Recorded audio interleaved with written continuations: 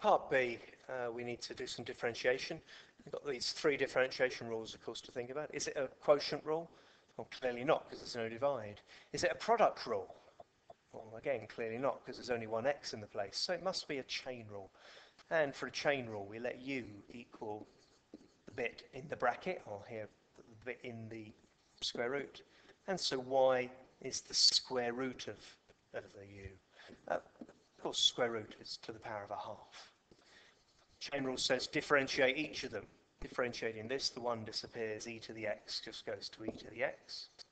And differentiating this one, it's times by the power, and the power goes down by 1. Chain rule says that you multiply these two bits together. So we've got e to the x times by a half u, or u is this thing here, all to the power of minus a half. And that would do. There's no need to tidy it up here. If you did tidy it up, you could rewrite it as this. Why is it square root on the bottom? Well, because it's minus a half here. E to the x on the top, the 2 there on the bottom.